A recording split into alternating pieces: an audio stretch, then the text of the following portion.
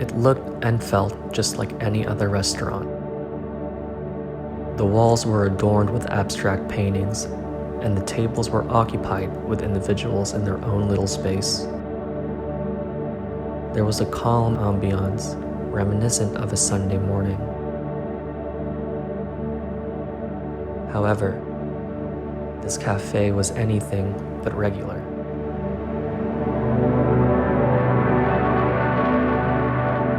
The doors opened, and a young man, no more than early 20s, stepped inside the establishment, having no understanding of how he got there.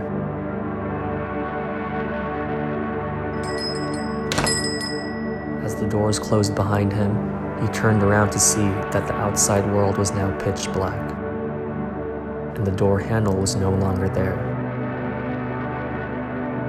The man made his way towards the counter, but there seemed to be no sign of any employees to be found.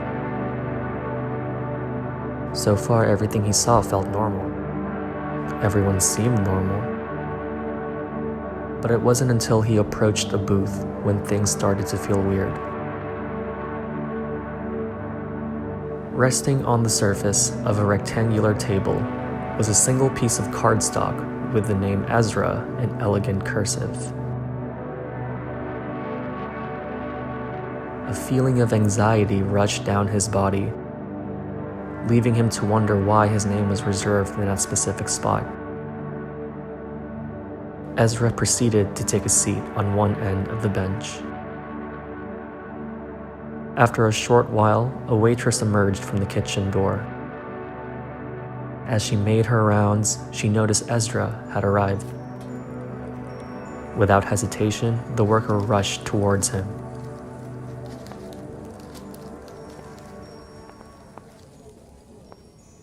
So you found your reservation. Welcome to Karma Cafe. Hold up. I think you've got this wrong. I didn't make any reservations. Oh, you didn't need to. One was made for you. You're in a coma, and we're here to see if you deserve to die. You're joking, right? Ezra, you're here to be judged. Now what can I get for you? Our chicken and wild rice is a personal favorite, and our soup of the day is... Oh, hey, calm down. I understand this is a lot to take in, so... A lot? You're basically telling me I'm dead. When someone unexpectedly encounters death or a comatose state, their mind enters a space. A familiar space, like the one we're in right now. This is essentially an exact copy of your favorite restaurant. Didn't you notice? Ezra, are you familiar with the concept of karma? It is the energy you create through your thoughts, words, and deeds. We are all creating karma every minute, and the karma we create affects us every minute. It's common to think of your karma as something you did in your past life, that as a result produces your fate in this life. It's actually an action, not a result. Nothing is written beforehand. You can change the course of your life by changing your intentional acts and self-destructive patterns. I'll be back with your pasta soon. The waitress headed back into the kitchen, while a customer attempted to get her attention. Wait, miss? Yeah. She'll be back. She's just putting in my order. There was a familiarity in the girl that struck Ezra with the strength of a high-speed train. As their eyes locked, the lights in the cafe began to flicker and eventually turn off.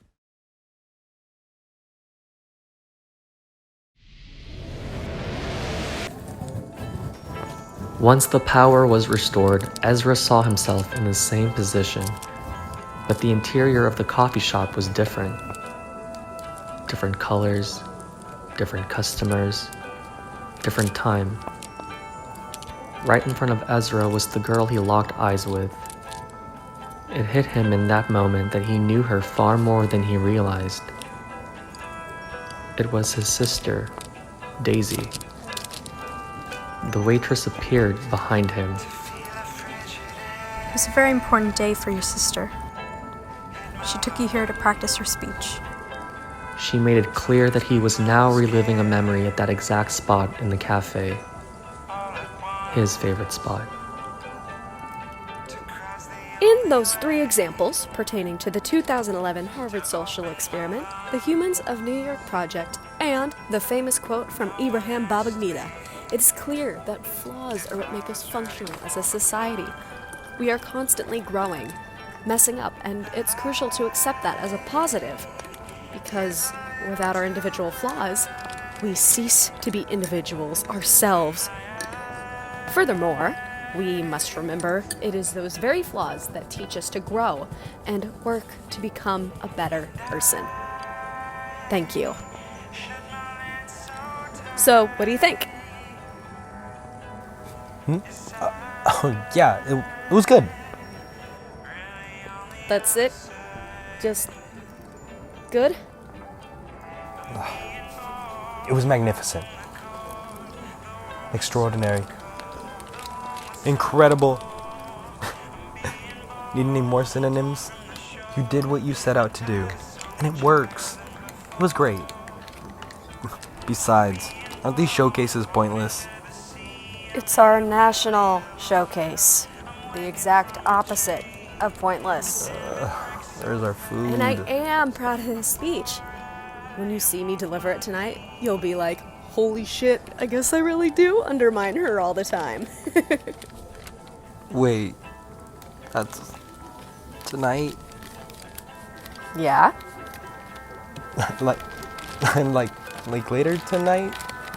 I've only mentioned it every day for the past month, so yeah, I'm pretty positive. I'm sorry, I won't be able to make it. I'm sorry, what? I have the cast party tonight.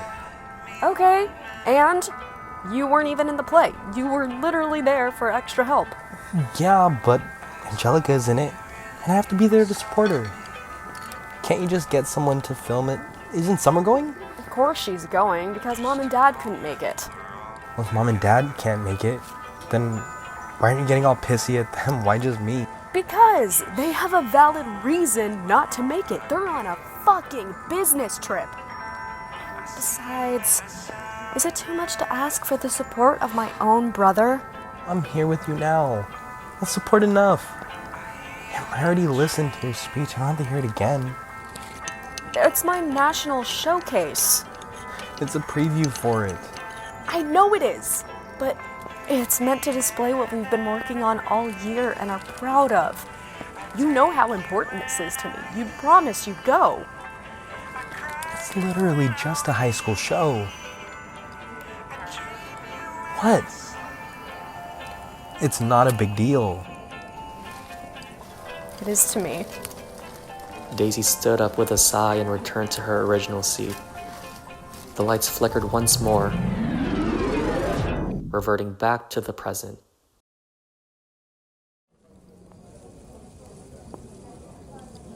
Ezra gasped as if he hadn't felt oxygen in years.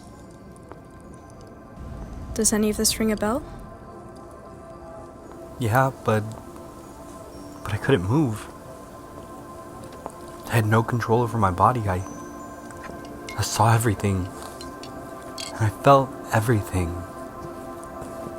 I just couldn't do anything. That's how this works. Memories, whether manipulated or not, only have one reality. No altering, just reliving, realizing. But how does that help me understand anything? Did you hear what you said? Gosh, I need a drink. It's already there. The waitress motioned over to the table, where a cup of coffee appeared out of nowhere. Ezra began to notice the lights shift once more, and just like that, he was thrusted into another flashback.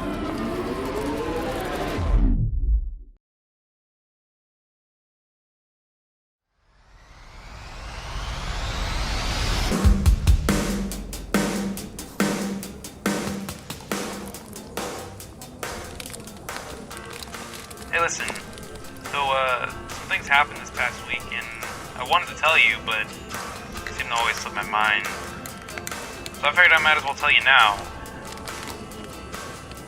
Remy and I have been talking recently, and I realized that I really, really like her. And I want to ask her out. I just don't want you to get mad is all. I'm not mad. That was a really quick response. I'm not mad. Really. Okay. I just didn't know you'd go after her, that's all. It's been years, and you're in a relationship. I just didn't think you would do that. You know, now that I'm thinking about it, did you forget about my history with her? You went on a few dates and never even became official. That's not the point. Then what is the point? The point is that you didn't even consider how I felt about this. If you would have told me this way sooner, then I would have been okay. Here's the thing. There is never a good time to tell you. It's always chill at first, and then all of a sudden you make me feel like shit for you. Well, we're supposed to be best friends. And best friends don't do that shit. What shit? Like the way you started talking to Ernst when she rejected me, that type of shit? Exactly. You know what, Ez? You are such a hypocrite. I really don't know how I'm supposed to put up with this. It's like, you can never do anything wrong. It's always someone else. I mean, I can't believe I'm saying this. I don't want to. But you push and you push and you push. And I'm just done with your bullshit.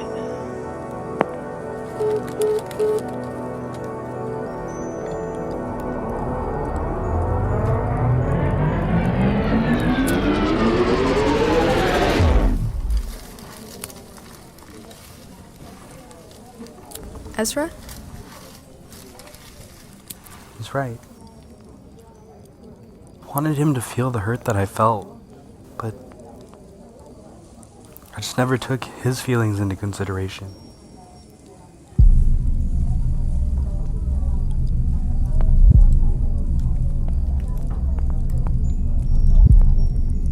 What is that? You're starting to remember your life. Wait. A final surge of memory hit Ezra as he looked at the waitress. She smiled upon his realization, causing the lights to shut off.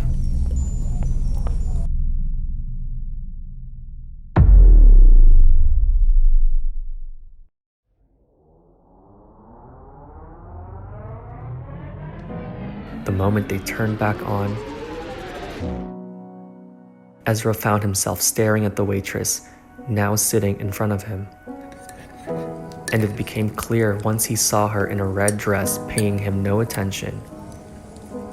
She wasn't a waitress. She was Angelica.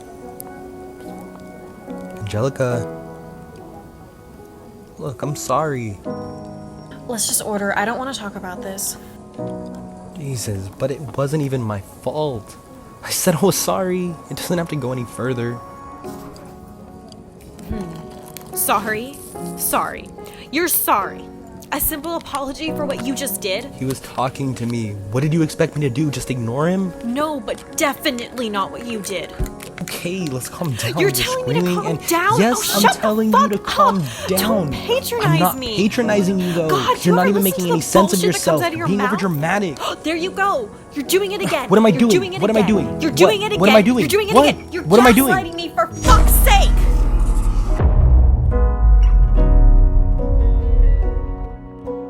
The coffee shop paused in a moment of epiphany. Ezra was left staring at a motionless Angelica who was fuming with anger. As he examined the frozen scene surrounding him, the waitress re-emerged from the kitchen and stood by Angelica's side. Ezra, now seeing double, began to put the pieces together while staring at the waitress with an awestruck expression. Angelica? You hurt me, Ezra. I needed you to be genuine, for once in our relationship, and own up for your mistakes. Ange, I'm sorry. We're all creating karma every minute, and that karma we create affects us every minute. The waitress, a few feet away from the table, began to recite Angelica's words in a simultaneous flow.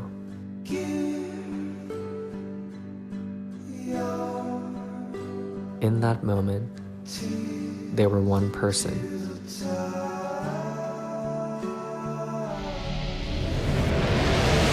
You don't think I know what you're doing?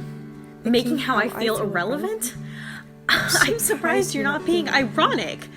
You saw the producer talking to me. You knew that was going to be a big opportunity for my career. And that's when you interrupt us. Come into our conversation and start talking about yourself. Right in front of me. Casually telling her about my fuck-ups and your successes. What the fuck? Who does that? Fuck you. I have a voice too, and now that I'm finally using it, you act shocked? You're selfish. This entire relationship has revolved around you. What you want. Where you want to go. What can help Ezra, huh?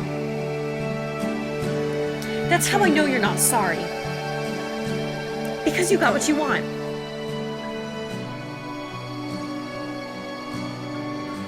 I don't think I can do this anymore. Do what?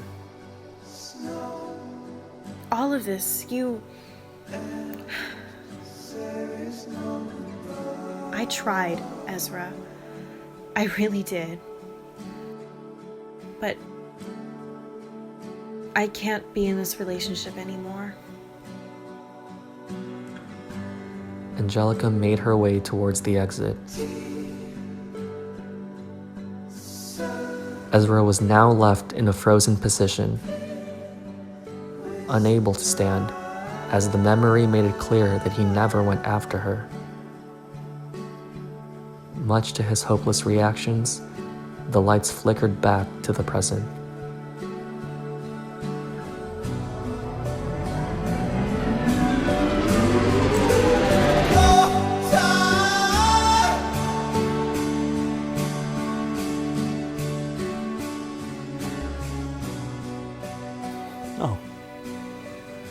No, that can't be it.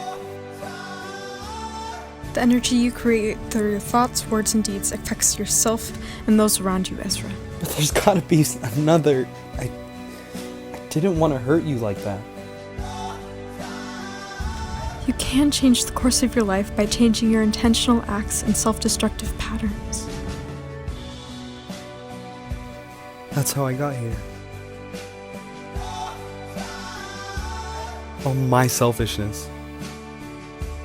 The way I treated the people I cared about. My stupid mistakes. Fuck, it cost me everything.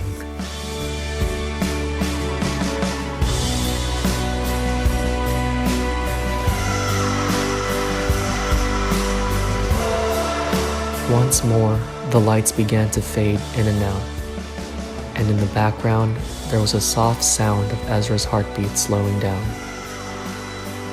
Ezra watched as Daisy and Ryan made their way towards the exit. Ezra grabbed the waitress's hand, Not like this, please. knowing deep down that this very well may be his final moments. Please, I can't leave like this. The tears flowed down his face like a raging waterfall, Just give me one more chance. but the waitress eventually let go of his grasp and exited the cafe. The one last thread of his memory was now gone. Ezra, standing alone in a vacant relic of his past, began to see things as they are now, rather than as they were before. Next time I'll be a better brother.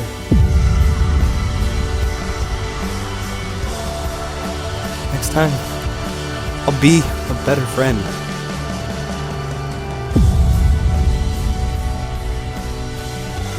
Next time,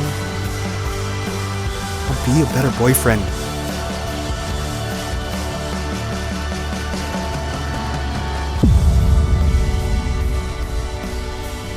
Next time, I'll be better.